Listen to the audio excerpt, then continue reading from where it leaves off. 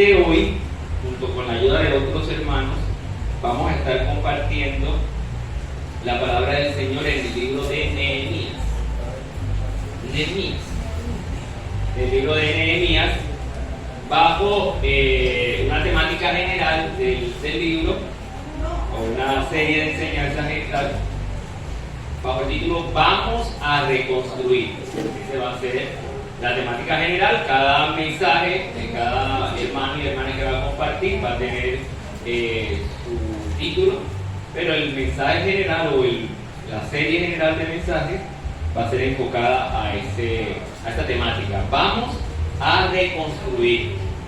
¿Por qué no vamos a construir mejor? Porque resulta de que cuando leemos, a grosso modo, el libro de Nehemías, el llamado es a reconstruir lo que estaba dañado, lo que estaba averiado, los muros, las puertas, todo eso se va a reconstruir en el libro de Nehemías, y también una parte de la reconstrucción espiritual.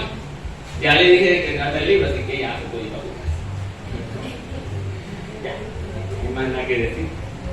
Pero eso a grosso modo es el libro de Nehemías. Vamos a reconstruir. Y en esta mañana en particular el mensaje de hoy es noticia de última hora. Repita conmigo, noticia de última hora. Ese es el panorama que vamos a tratar hoy en base a Nehemías capítulo 1. Estas predicaciones, como usted se da cuenta, y van a estar grabadas y van a estar, ¿cómo se dice?, montadas, subidas,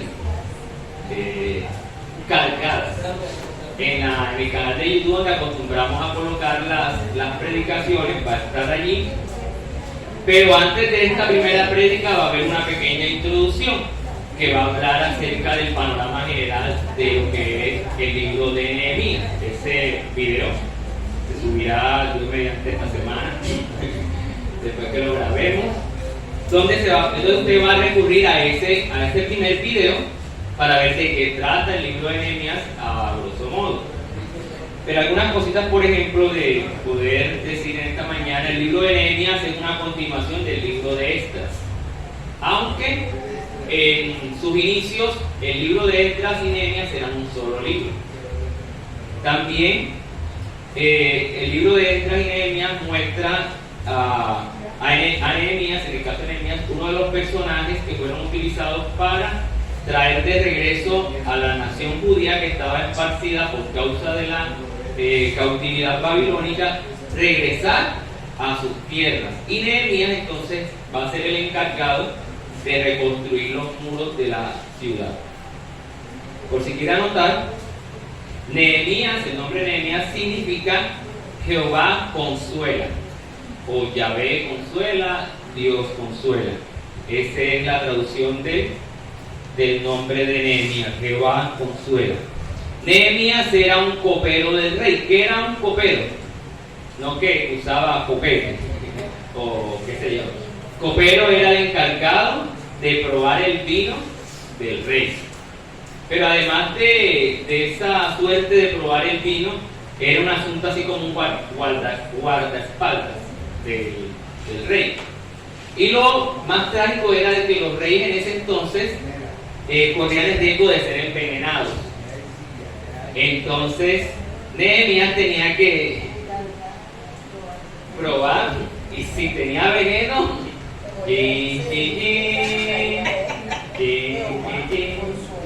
de pronto Nehemías como que hacía así, ya podía distinguir algunos olores y sabores del veneno y la cosa, pero su vida estaba en riesgo, porque él tenía, antes de que el rey probara el vino, probarlo él para ver si le estaban echando matarrata en la copa de vino. Entonces era un asunto riesgoso. Hoy estoy, mañana no sé, porque de otras cosas estos reyes acostumbraban a estar tomando y tomando.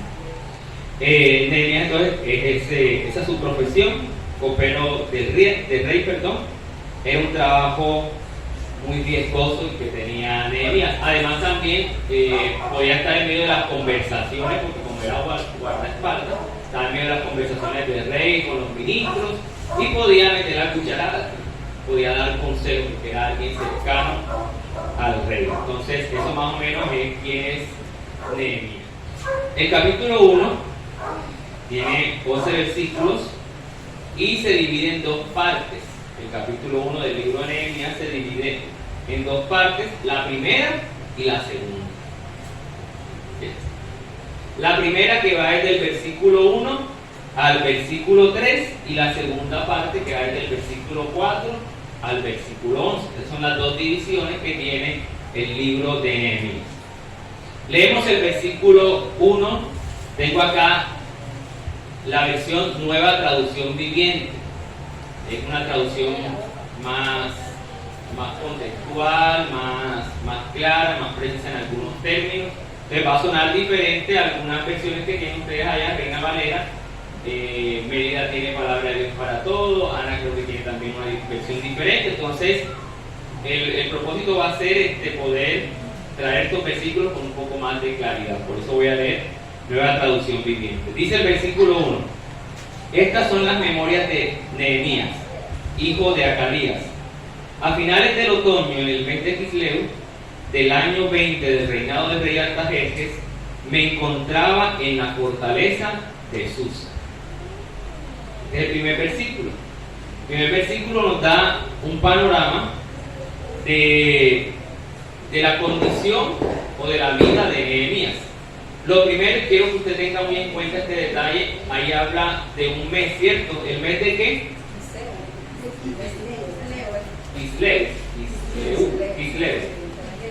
Kisleu.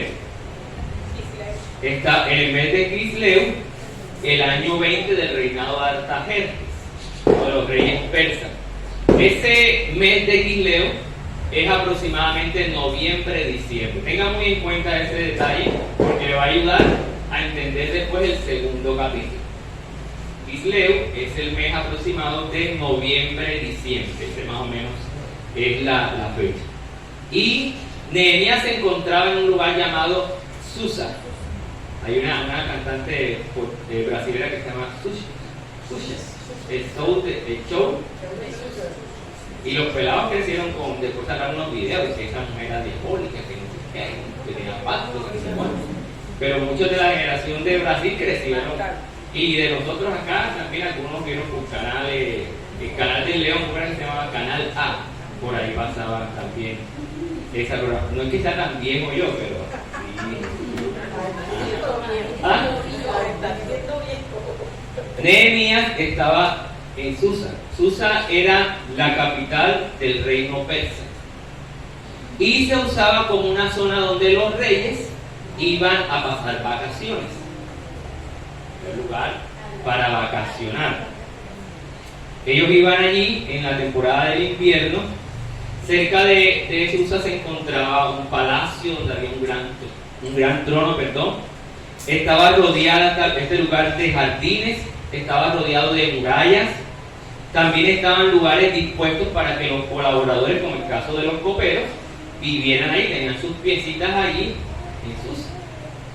Así que Nehemías era un tipo privilegiado, era un tipo que vivía sabroso, tipo que vivía bien, estaba en un lugar con jardines, menos que salía a la ventana y veía la hermosura del jardín, se sentía seguro porque había murallas alrededor, había una torre también donde había personal del ejército cubriendo cuando alguien viniera a atacar, ellos enseguida pudieran poder defender esta capital. Así que Nehemías estaba en un lugar privilegiado, un buen lugar geográficamente hablando. Sin embargo, allí en ese lugar de privilegio, y es bueno tener eso en mente, le llega uno de sus hermanos, versículo 2. Ananías, uno de sus hermanos, vino a visitarme con algunos hombres que acababan de llegar de Judá.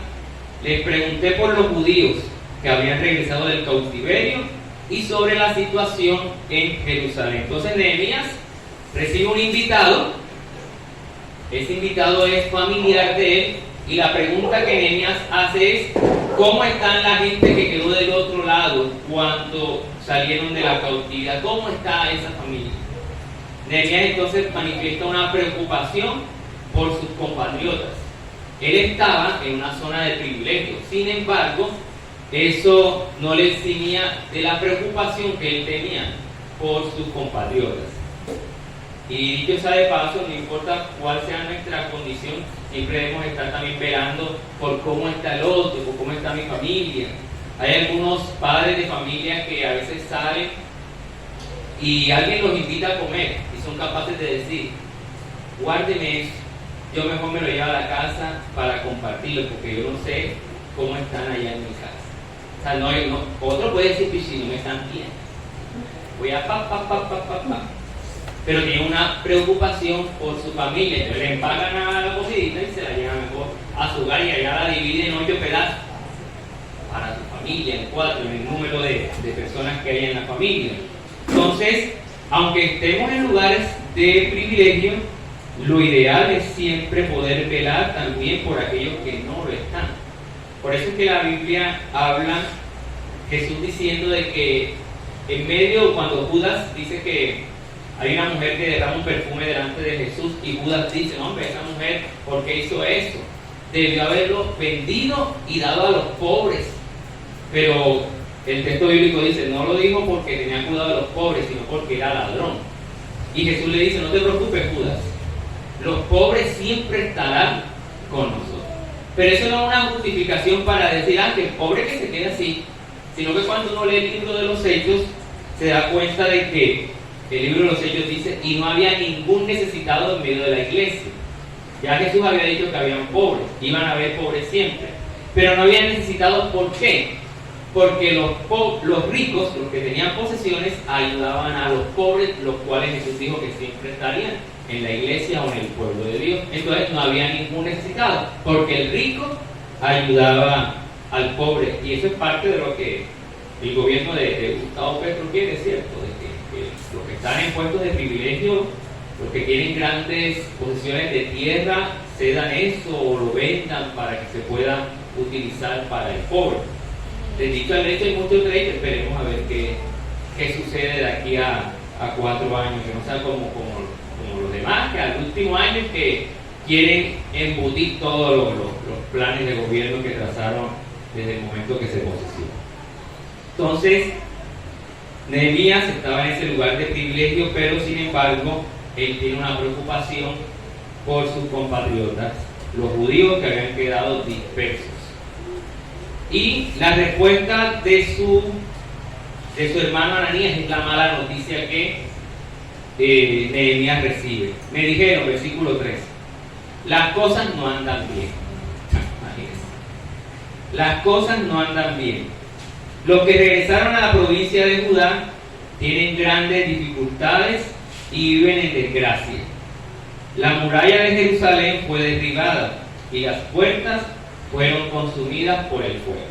Entonces Nehemías recibe de parte de Ananías una noticia de última hora, y esa noticia de última hora es una gran mala noticia. Yo imagino en la mente de Nehemías, él, un hombre con privilegios, y saber que sus compatriotas estaban de esa manera. Hace poco escuchamos en las noticias, ¿cierto?, la muerte de 7 policías. Fue arrebatada la vida de estos hombres allí en el corregimiento de San Luis Neiva, atacados con explosivos y con disparos. Muchos de ellos con edad muy temprana, muy jóvenes. Y el presidente Gustavo Petro decía que eso era un ataque frontal a los deseos de paz que se tienen, porque días anteriores habían firmado unos decretos sobre el asunto de trabajar en pro de la paz, y él ve eso como un ataque frontal a esa disposición del gobierno de tener una nación con paz. Entre otras cosas, la paz no es solo un documento. La paz es la presencia de Dios en el corazón de cada uno. Jesús dijo: mi paz os dejo, mi paz os doy. Yo no se la doy como el mundo la da. No quiero echar por tierra lo que se está haciendo para trabajar por la paz de nuestra nación, pero hay una paz del alma, una paz del interior que solo Dios la puede dar. Entonces, escuchamos esa noticia. Yo soy hijo de un ex policía, alguien que murió en acto de servicio, fue asesinado, Y yo me empiezo a imaginar cómo será la condición emocional de los familiares de estos muchachos, de estos policías. Seguramente debe ser una situación muy triste para ellos. Se dice también que en Bogotá cada hora hay 12 robos, 12 hurtos, es decir, 290 robos diarios en Bogotá. O sea, es una situación que estamos viendo como nación fuerte, terrible. Ahí están invadiendo varias propiedades que tienen sus dueños, escrituradas, bajo la premisa de que no, esas tierras no están siendo utilizadas y un montón de cosas. Que bueno, es mejor acercarse en diálogo y decir, y regalar un país de tierra, que ir a la brava y estar metiéndose en las posesiones de las personas. En Cartagena cada rato el vandalismo, asesinato. Entonces el panorama de Colombia no es un panorama tan bueno. Y algunos aluden todo este caos de Colombia al presidente anterior. Y es que es facilito uno excusarse. Uno decir, no, él tuvo la culpa. La culpa es de la vaca. O sea, nunca nosotros mismos poder decir cómo yo estoy jugando un papel de culpable en esta situación que Colombia está viviendo. Entonces, siempre se achaca el problema al gobierno anterior, y cuando Petro se baje del trono, el que viene también va a achacarle el mal de Colombia a Petro, y eso va a ser una cadena interminable. Pero no podemos desconocer que Colombia está en una situación terrible. También hace días hubo una riña entre hinchas. Yo no soy de mucho fútbol, gracias a Dios, si no me hubieran pegado a Pablo por allá por 6 hinchas. Estaban peleando hinchas del Medellín y el Nacional, si no estoy mal, no sé mucho de fútbol, creo que era hinchas del Medellín Nacional, y hubo uno que le dio una convulsión y querían seguir atacándole porque pensaban que el hombre estaba aparentando para que no le hicieran nada. Y fue algo que el departamento propició para unificar las hinchas bravas y que ya no haya eso, y esto se convirtió en una rocoma. Entonces, hay situaciones muy complejas que estamos viviendo como nación, como país. Usted prende las noticias y encuentra situaciones muy difíciles, como las que le acabo de citar. Nehemías no tenía la facilidad de recibir por medio de televisión, radio o periódico esta noticia, pero hubo alguien que le comentó cómo estaba la nación judía allá dispersa. El asunto es cómo reaccionamos nosotros ante las malas noticias. Podemos reaccionar de dos formas. Podemos reaccionar como personas fatalistas, es decir, esto no se va a componer nunca. Esto va de mal en peor y de mal en peor. Pero podemos también comportarnos como personas que tienen esperanza de que algo puede cambiar. Mis hermanos, a veces nosotros leemos la Biblia y la leemos en clave de que sí o sí tiene que pasar eso. Y resulta que hay momentos en la Biblia en que las cosas se dicen para prevención. Hay un pasaje en el libro de Isaías que dice: he aquí tinieblas cubrirán la tierra. Y uno dice, bajo esa palabra dice, la situación del mundo va a ser una situación caótica. Porque dice, aquí tinieblas cubrirán la tierra, o sea, no va a haber arreglo. Pero dice el versículo que sigue, pero sobre ti amanecerá Jehová. ¿Qué quiere decir eso? Que aunque el mundo esté lleno de tinieblas, sobre los hijos de Dios debe resplandecer la luz de Cristo para disipar las tinieblas. Pastor, es que la Biblia dice que en los postreros días el amor de muchos se enfriará.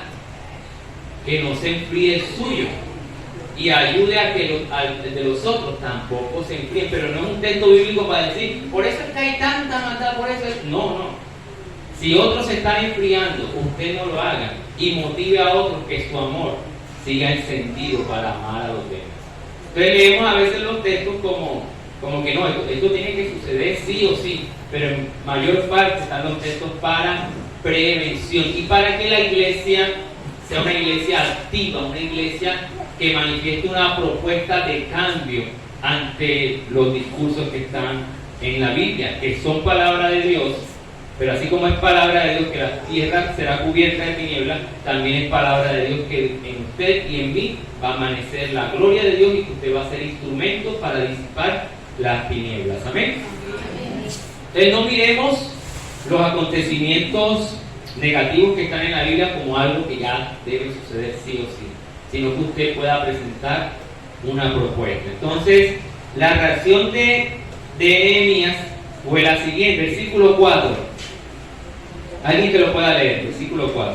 ¿Cuál fue la reacción de Nehemías? Al escuchar esto me senté a llorar. Hice duelo por algunos días. Ayuné y oré al Dios del cielo. Cuando oí esto, me senté a llorar.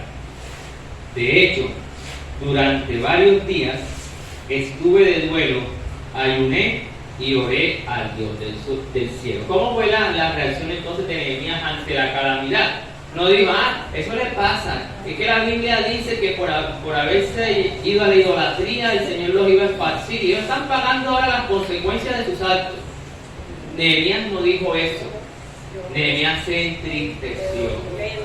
Porque aunque era verdad que por causa de la idolatría y darle la espalda a Dios habían sido dispersados, habían sido llevados cautivos a Babilonia, eso no eximía a Nehemías de sentir lo que todo ser humano debe sentir cuando su prójimo, su compatriota, está pasando por situaciones difíciles: entristecernos. Si nosotros no nos entristecemos con las noticias que vemos acerca de Colombia, o estamos vacunados contra la tristeza, o somos parte de otra nación, qué sé yo. Pero debería dolernos Colombia, debería dolernos nuestra nación, debería dolernos clemencia, debería dolernos el milagroso. Hace días robaron a la casa donde Gilma, que ahí estaban unos hermanos que llevaban la palabra del Señor, se le llevaron su esposa. Y la señora estuvo con mucho temor, tanto así que no salió sino hasta que el sol saliera, porque tenía miedo que le colocaron algo encima, la amenazaron. Una señora sola allí, y se metieron con las cosas que eran para el servicio que ellos estaban haciendo ahí. Ella estaba muy preocupada por eso, llamó a sus pastores, a sus líderes, para que tomaran carta en el asunto. Hasta ahorita no sé cómo va el asunto, pero mi esposo dijo, bueno, tenemos la iglesia también aquí, no tenemos muchas cosas, pero así como sucedió con ella, puede suceder con nosotros, y nos compadecimos de la situación de esta hermana que está sirviendo al Señor allí en esta casa de la esquina. Pero si no nos dolemos, si decimos, no, eso es porque ella anda sola allí, hubiera cogido un machete, hubiera vuelto. No. Nuestra actitud debe ser, hombre, qué mal han cometido con esta señora, con esta sierva de Dios. Entonces, debemos examinarnos cuál es nuestra reacción ante las malas noticias, cuál es nuestra reacción ante los problemas familiares, cuál es nuestra reacción ante los problemas sociales, los problemas económicos, los problemas inclusive dentro del trabajo, dentro de la universidad, el estudio. O sea, cómo es nuestra reacción delante de esas calamidades, delante de esos problemas.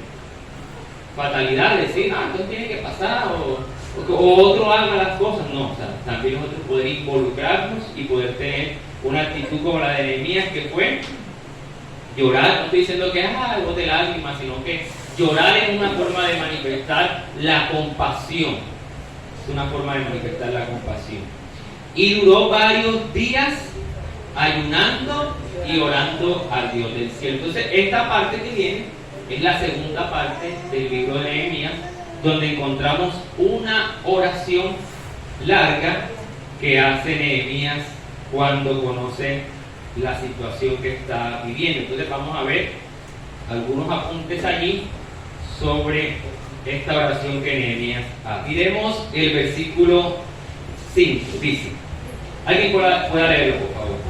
Versículo 5. Y dije, te ruego, oh Jehová, Dios de los cielos, fuerte, grande y temible, que guarde el pacto y la misericordia a los que le aman y guardan sus mandamientos. Amén. Oh Señor Dios del cielo, Dios grande y temible, que cumples tu pacto de amor inagotable con los que te aman y obedecen tus mandatos. Este inicio de esta oración de Nehemías se parece a la oración del Padre Nuestro. Padre nuestro que está en los cielos. Nehemías está reconociendo a través de esta oración de que Dios está en control de todas las cosas y que no es ajeno a la situación que su nación está viviendo en el momento. Oh Jehová, oh Señor, Dios del cielo, Dios grande y temible. Nehemías conoce y reconoce que Dios está en control de todo. Dios no se le escapa ninguna situación suya y mía. Dios no se le escapa ninguna situación de la iglesia, ninguna situación de su familia, ninguna situación de nuestra nación se le escapa al eterno Dios que está en control de todas las cosas. El profeta Isaías pensó que sí, porque cuando muere el rey Usías, él ve al Señor sentado en su trono alto y sublime, como diciéndole Dios al profeta Isaías: el rey de este momento pereció, pero el Rey de Reyes y Señor de Señores todavía sigue sentado en su trono, y a Él sea la gloria. Entonces, lo primero que Nehemías reconoce es que Dios está en control de todas las cosas, pues Él es el Dios del cielo. La palabra o la expresión Dios del cielo no es decir únicamente que Dios está en las nubes, es que por encima de todas nuestras realidades Dios está. Hay una señora amiga de Rosa Victoria, Sandra, que decía: arriba de Dios no vive nadie. Así que ella conoce la palabra y todo, y ella tenía esa frase, decía: arriba de Dios no vive nadie. Así, créditos a Sandra, no es mía. Y eso es una realidad, o sea, Dios está en control de todas las cosas. Lo segundo que Nehemías reconoce es que Dios es serio y está comprometido con su pacto. Dios es serio y está comprometido con su pacto o con lo que promete. Porque la segunda parte del texto dice: cumples tu pacto de amor inagotable con los que te aman y obedecen tus mandatos. Entonces, lo segundo que Nehemías reconoce es que ¿Dios qué? Está comprometido con su pacto o con lo que promete. Ese es el compromiso de Dios. No es el compromiso con usted y conmigo, sino es el compromiso con lo que ya salió de su boca. Porque Dios no le debe a usted y a mí nada. Él se debe a sí mismo el cumplimiento de lo que Él mismo dijo. Dice el texto de Hebreos: y Dios, no habiendo otro mayor por el cual jurar, juró por sí mismo de que cumpliría todo lo que ha dicho. Entonces Dios está comprometido con su palabra. Por eso es que cuando Moisés está sacando al pueblo y el pueblo se inclina a la idolatría, Dios le dice a Moisés: mira, Moisés, ábrete, y te doy un pueblo nuevo. Y Moisés dice: Señor, mira que va a quedar mal esto. Van a decir: lo sacó de Egipto para matarlos en el desierto. Moisés apela a que, oye, tu nombre es el que está en juego, tu reputación es la que está en juego. Entonces Nehemías reconoce también esto, reconoce que Dios cumple su pacto. Con Abraham, Dios lo invitó a hacer un pacto. No que Abraham pactó con Dios, Dios pactó con Abraham. Con Noé, Dios pactó y dijo: va a salir el arco iris y va a ser un sinónimo, un símbolo de que no destruiré más por agua a la humanidad. Dios es el que hace el pacto con el ser humano y se compromete en cumplirlo. Cuando Dios hace el pacto con Abraham, hay algo particular en ese pacto, porque Dios le dice a Abraham: mira, coge unos animales y los vas a abrir por la mitad. Entonces hay unos animales allí y dice, te quedas aquí un tiempo. Y Abraham tiene que cruzar los animales. Resulta que en el antiguo Oriente, cuando se iba a hacer un pacto, se usaban esas cosas. Pero el pacto implicaba muerte. Es decir, si Dios, escuche bien esto, si Dios no cumplía, Dios estaba pactando con Abraham de que iba a morir, ¿sabes? Era un pacto de muerte, era un pacto de sangre. Todas las dos partes implicadas en el pacto deben cumplir porque está la muerte de por medio. Fue un pacto de sangre que hizo Dios con Abraham en ese momento, o sea, de comprometer su propia vida con el cumplimiento de su palabra. Y ese es nuestro Dios, el Dios que Nehemías reconoce, un Dios que es serio y comprometido con su palabra, comprometido con sus promesas. Y eso nos da tranquilidad a nosotros. El hombre promete, el político promete, pero Dios sí cumple. Dios es fiel y verdadero. Jesús va a hablar de la palabra del Señor diciendo, cielo y tierra pasarán, pero mis palabras no pasarán.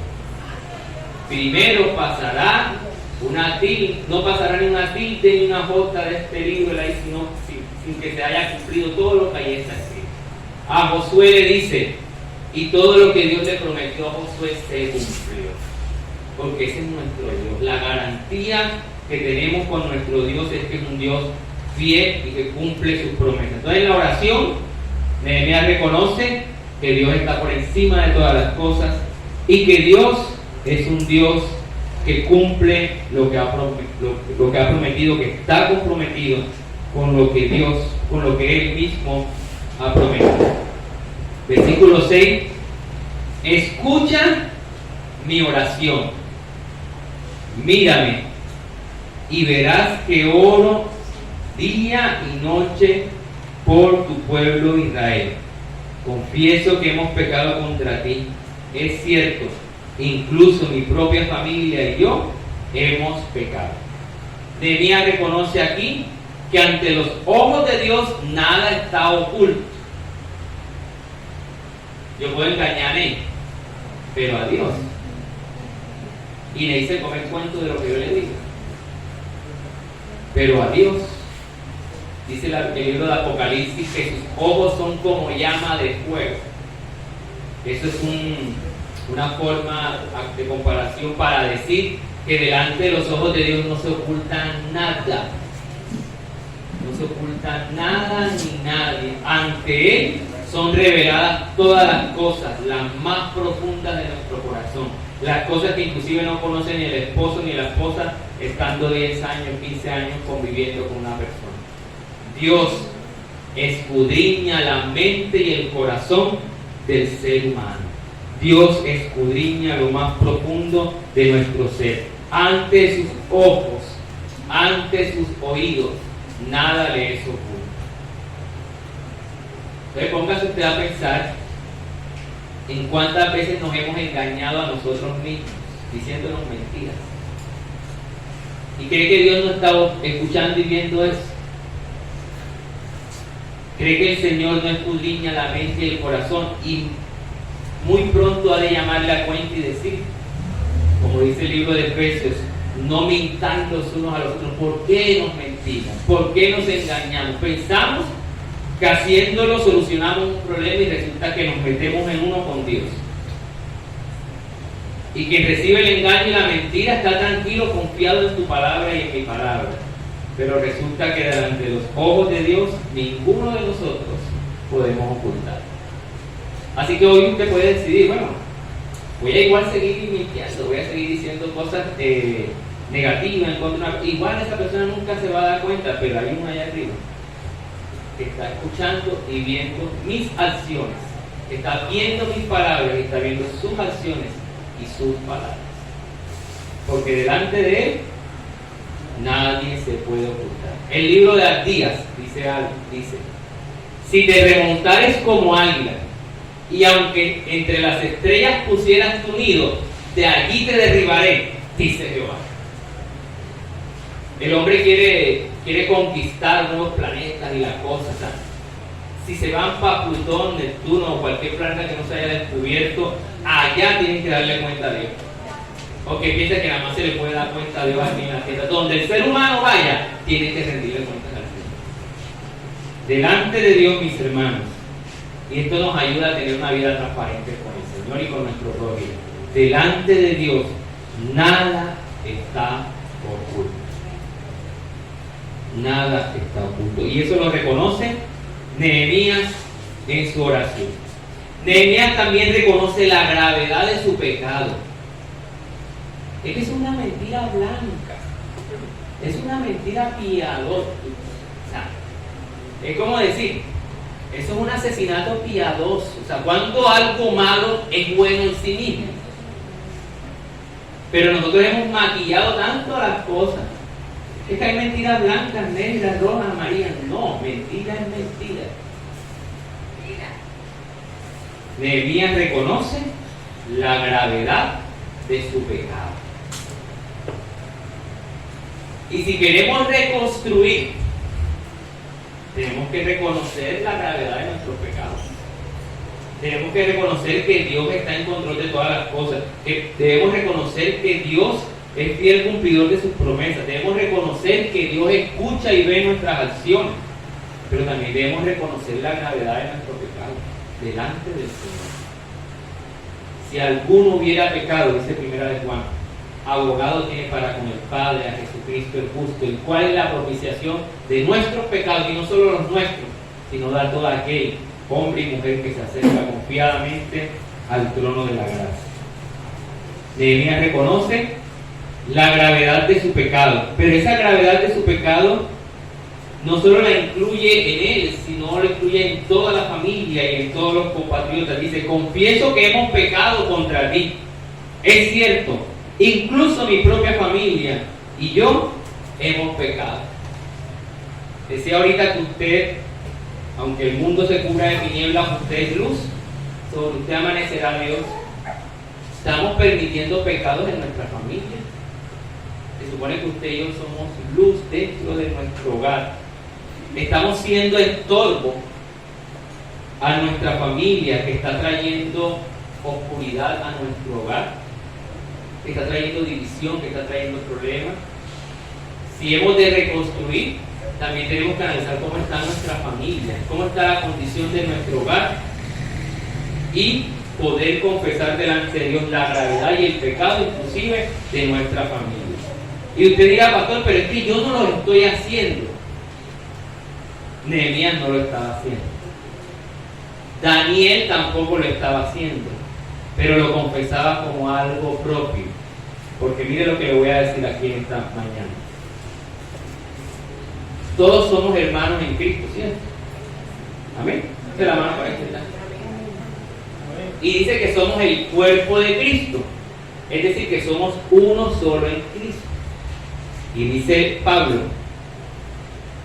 que ni la mano es más, ni el pie es menos, sino que todos somos uno importantes en Cristo. Entonces, cuando un miembro del cuerpo de Cristo comete un acto de pecado, eso de alguna u otra manera repercute para la iglesia. ¿Por qué? Porque somos el cuerpo de Cristo. No somos un miembro aislado. Entonces, si yo, por ejemplo, perdone de pronto la comparación, si yo veo que Ney está cometiendo una falla o Marelvis, yo debo reconocer: Señor, esto que ellos están haciendo nos afecta a todos como iglesia.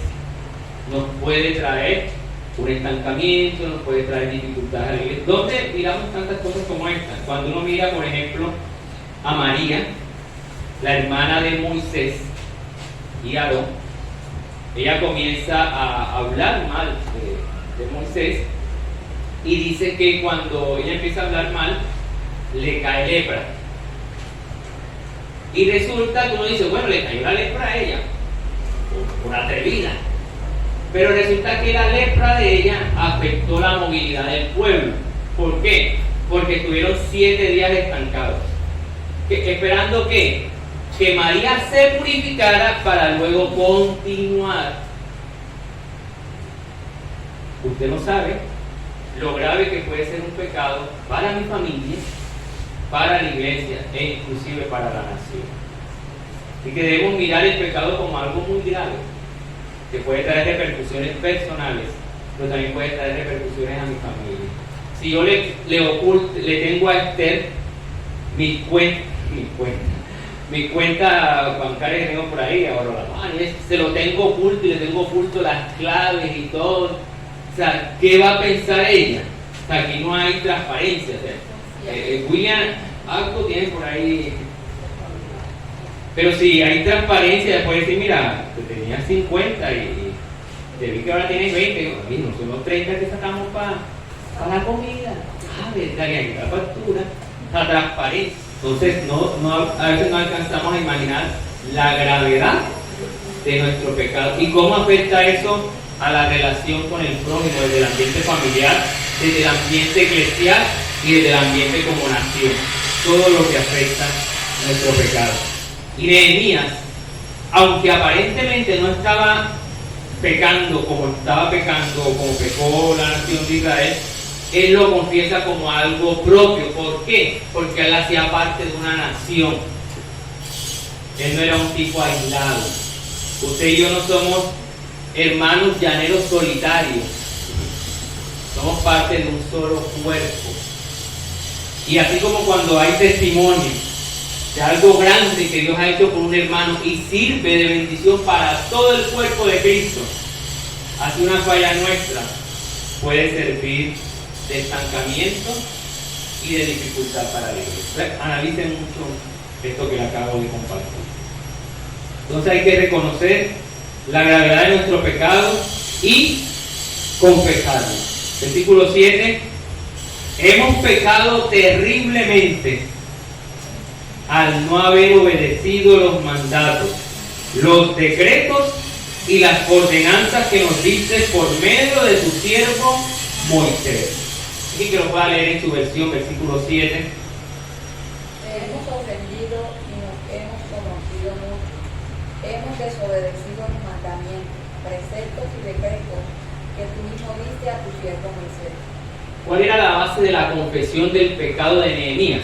No una simple ocurrencia de él, sino una lectura de la ley y darse cuenta que el pueblo había desobedecido la ley. Usted tiene la palabra del Señor. Y yo no soy aquí el juez para decirle, mira, María, aquí está la lista. Usted tiene la palabra de verdad. Y usted a la luz de la palabra confiesa el pecado que haya cometido a la luz de la palabra. Una confesión con un fundamento bíblico. Una confesión fundada en los mandamientos y preceptos que ya Dios estableció en su palabra. Por tanto, no habría necesidad de que uno como pastor o líder diga una mañana, un día, mire, hemos cometido estos pecados. Usted tiene una Biblia, usted tiene una palabra que está leyendo y en la cual puede encontrar si sus conductas y mis conductas son agradables delante de Dios. La confesión de Nehemías es una confesión fundada en la palabra. Hace una lectura de la palabra y dice, esto es lo que ha sucedido. Nos hemos apartado de las ordenanzas de Dios.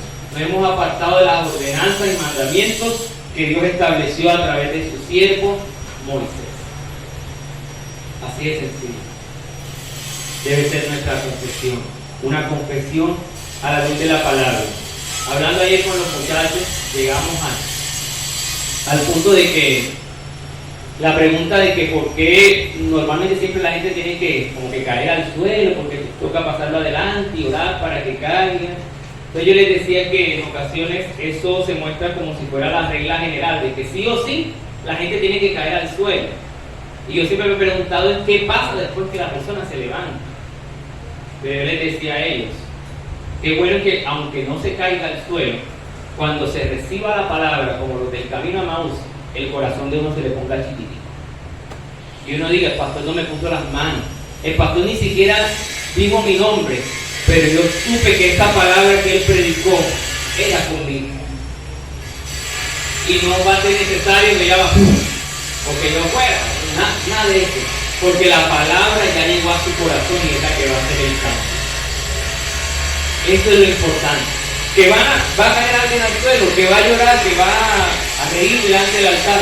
Puede suceder, ha sucedido y sucederá. Pero ese no es el todo. Sino es qué sucede cuando usted y yo abrimos las Escrituras y el Señor empieza a hablar. De la misma manera que usted abre las Escrituras, así debe abrir su corazón para que el Señor le quebrante con la palabra, para que el Señor le edifique con la palabra, para que el Señor le exhorte con la palabra. Esa es la más grande ministración. Ese es el más grande toque de la presencia de Dios. Usted puede leer la palabra y puede decir, este asunto es conmigo. No es con el vecino, es conmigo. Y Nehemías reconoció, hemos fallado. Nos hemos apartado de los mandamientos del Señor. Y sería bueno hoy poder reflexionar que si nuestros pasos se han ido desviando poco a poco del caminar del Señor o de los preceptos del Señor, sería bueno que pudiéramos poder recordar y meditar en eso. Sin embargo, aunque Nehemías reconoce a la luz de la palabra la condición que ellos estaban viviendo, también reconoce las promesas de Dios una vez más. Versículo 8. Te suplico que recuerdes lo que dijiste a tu siervo Moisés. ¿Qué le había dicho a Moisés primero? De que si desobedecían serían llevados cautivos. Pero también había un plus, un añadido. Era, te suplico que recuerdes lo que dijiste a tu siervo Moisés. Si me son infieles, los dispersaré entre las naciones. Pero si vuelven a mí y obedecen mis mandatos y viven conforme a ellos, entonces, aunque se encuentren desterrados en los extremos más lejanos de la tierra, yo los volveré a traer al lugar que elegí para que mi nombre sea honrado. Maravilloso. No es un Dios que le está poniendo el sol sin engañar y dice, ¿qué pasa? No. Es un Dios que te lleva con su palabra a reconocer, mira tu error, mira tu falla, pero mira también la promesa. Mira también que yo he prometido que al humilde yo lo voy a exaltar. Mira que yo he prometido que el que confiesa sus pecados y se aparta alcanzará misericordia. Todas las promesas del Señor están allí. Pero antes de cada promesa siempre hay un llamado a la reconstrucción. Hay un llamado a la restauración. Hay un llamado a ponernos a cuentas con el Señor. No con el pastor, no con los líderes del ministerio, con el equipo ministerial, con Dios. Y al ponernos a cuenta con Él, Él es capaz de decir, mire, no solo está la contraparte de lo que sucede negativamente si te apartas de mí, sino que hay una recompensa positiva para aquel que se vuelve a Dios. Y eso es lo que Nehemías expresa en su oración. Yo sé que hemos fallado y te confieso mi pecado y por esta causa fuimos dispersados, pero tú dijiste que si nos volvemos a ti, tú nos vas a hacer regresar a la tierra. Y esa es la promesa del Nuevo Testamento, la promesa de los evangelios. Todo aquel que confesare sus pecados tendrá vida eterna, tendrá vida en abundancia, será nueva vida, será nueva persona en Cristo. Aquel que sinceramente llega delante del Señor y dice, te he fallado, he escuchado hoy tu palabra y sé que estoy en bancarrota espiritual. Y se acerca a Dios para ponerse a cuenta. Y Dios va a decirle a usted y a mí como a Pedro, retoma la tarea, sigue adelante. ¿Cómo vamos hasta aquí? No es un solo llamado de Nehemías a través de todo el libro a simplemente reconstruir, sino que ante una mala noticia hay una reacción y hay una oración cargada de mucho sentimiento, de mucha emoción y de mucho reconocimiento de la gravedad del pecado de la nación y la gravedad del pecado de Nehemías. Yo me imagino a Nehemías haciendo esta oración y recordando los privilegios que él tenía. Recordando que él estaba ahí en esta capital, en Susa, la capital del reino, allí rodeado de jardines, rodeado de murallas, también tan sabroso, tan tranquilo. Pero al escuchar una mala noticia, reconoce inclusive la misma condición de él. En Sincelejo, cuando estuvimos en la reunión de pastores en julio, la primera predicación fue en base al profeta Jeremías, al cual el Señor le dice: conviértanse ellos a ti, no te conviertas tú a ellos. Conviértete a mí, dice el Señor. Un llamado de conversión para un profeta, un hombre que estaba hablando de parte de Dios. Y el predicador decía: ¿cómo un cristiano o como un hijo de Dios, como un profeta se va a convertir? Se supone que ya es un instrumento de Dios que lleva el mensaje. Y el predicador, estudiando todo el profeta, decía: el llamado de conversión del profeta Jeremías era un llamado a volver a los principios, a volver a reconstruir, a volver a sentar bases. Y qué bueno que usted, aunque haya caminado 5 años en el Evangelio, 10 años en el Evangelio, usted pueda pararse, hacer un reposo y decir: ¿será que debo convertirme en algo? ¿Será que hay alguna actitud que en este tiempo que llevo en el Evangelio he cosechado, una actitud negativa, y debo convertirme al Señor nuevamente? No es un nuevo nacimiento, es un volver al principio, volver a los cimientos, volver a la base. Usted y yo debemos examinar nuestra vida a la luz de la palabra y considerar cuando en realidad debemos volver nuevamente nuestra mirada al Señor. Los que le miraron a Él no fueron avergonzados. Ante su presencia, mis hermanos, todos estamos desnudos. Ante su presencia, ni el pastor más grande, ni el hermano con más tiempo en el Evangelio o en la iglesia está oculto delante de Dios. Y qué bueno que podamos tener dinámicas de conversión constante, llegar ante el Señor y decirle: Señor, ¿en qué te he fallado? David tuvo que decir: Señor, líbrame de mis pecados, aún de los que me son ocultos. Porque a veces usted y yo creemos que muchas de nuestras actitudes están bien, como nos pasó ayer, ¿cierto? A los muchachos, como nos pasó ayer, a aquellos que eran pensábamos que estaba bien y yo inicié la cosa, imagínate, el pastor pues cabecilla la cosa. Pero después meditamos en el asunto y no estuvo bien. Lo que yo hice y lo que ocasionó una reacción de otros también hacer. Entonces debemos tener esa dinámica de acercarnos al Señor. Y como pastor reconocí eso en ese momento. Y si yo, y no lo quiero decir por la posición en la que estoy, pero si yo como alguien que le guío, reconozco que fallo, ¿quién es usted para no hacerlo? Se lo he dicho aquí de manera muy libre. Si me ve algo raro, díganlo.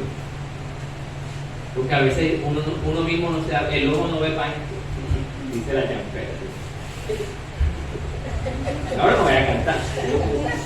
Otro es el que ve, otro es el que mira. A veces, el pastor me parece que, hermana, me parece que otro ve la condición. Y cuando a través de la palabra usted es guiado por ese hermano, usted dice: sí, tiene toda la razón. Entonces, tenemos a Nehemías, uno de los hombres que Dios utilizó para que la nación judía regresara, uno de los hombres que Dios va a utilizar, porque vamos a leerlo más adelante, para la reconstrucción del muro, pero un hombre que primero lo que hace es escuchar una grave noticia y reaccionar de la manera correcta. Ya al final del texto dice versículo 10 y 11: el pueblo que rescataste con tu gran poder y mano fuerte es tu siervo. Oh Señor, te suplico que oigas mi oración. Escucha las oraciones de aquellos, y esto es bonito, escucha las oraciones de aquellos quienes nos deleitamos en darte honra.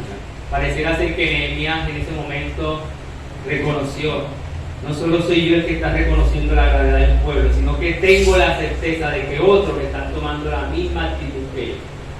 Y yo puedo hacerlo hoy como pastor, reconocer mi falla y reconocer reconocer la falla del pueblo. Pero qué bueno es que usted se una junto conmigo a ese clamor. A clamar y reconocer la falla de nuestra nación, la corrupción de Colombia. A reconocer las fallas y errores de la iglesia. Yo lo puedo hacer como pastor, pero qué bueno es que todos nos podamos unir porque todos somos el cuerpo de Cristo. Te suplico que oigas mi oración. Escucha las oraciones de aquellos quienes nos deleitamos en darte honra. Te suplico que hoy me concedas éxito y hagas que el Rey me dé su favor. Pone en su corazón el deseo de ser bondadoso conmigo. Y ya para finalizar me llama la atención, Nehemías era un hombre influyente, era un hombre privilegiado, era un hombre capaz de decir: no te preocupes, Ananías, esto lo resolvemos así. Rey, Artajerjes, mira, tenemos aquí este problema. ¿Sabes que tú puedes mandar una ayudita para allá? Porque tenía confianza con el rey. Pero ¿qué hace Nehemías? Primero acude al Rey de Reyes, al que está sentado en el trono celestial, no el que está en la casa de gobierno, en el palacio. No, acude al Rey de Reyes. Y señores, nosotros hemos pecado volteando la oreja, cambiando el orden, acudiendo primero a la gente antes que al Dios de la gente. ¿Y Nehemías qué hizo? Acudió primero al Padre Celestial. Ante las malas noticias que llegan a tu familia, a la iglesia, a la nación, en tu barrio, ¿qué es lo primero que debes hacer? Acudir al Señor. Tenemos una problemática por aquí, esas aguas estancadas que pasan por ahí. Tenemos el concejal aquí que critica. ¿Qué es lo más fácil? El concejal. Mira cómo está la situación. Lo primero es acudir al Señor, taparse la nariz para no sorprender por colores y orar al Señor. Y luego, bueno, Señor, dame gracia delante de los que tengo que ir, para que cuando yo les diga, ellos ya, es más, en la camioneta de ellos, me traigan hasta acá para arreglarla. Pero hacemos a la inversa. Acudimos primero al hombre y luego a veces acudimos a Dios. De eso tenemos que arrepentir. Porque como creemos que cierta persona tiene influencia, va a ser más fácil por ese lado. Y resulta que en qué circunstancia acudir al Señor. Nos mudamos de esa casa, 250 pagamos. Y lloré al Señor, hablé con Norma, hablé con algunos hermanos. Y hay otra casa, pero cuesta 100,000 pesos más. Lo lógico es irse por una casa más barata, para ahorrar, ¿cierto? Y no, si hay presupuesto, vamos. Y si resulta que yo le digo al presidente de la IEC del circuito de Cartagena, viene a predicar y le digo, mire, vamos a mudarnos para esta casa. No, mire, ¿cuánto pagas tú acá? 250. ¿Y cuánto van a pagar allá? 350. No. Quédese acá, está mejor, mire, quédese. Pero ya nosotros habíamos clamado a Dios y habíamos tenido paz de que sí. Y para hacer la historia larga, corta, no hemos quedado mal. Antes, inclusive se ha pagado por adelantado.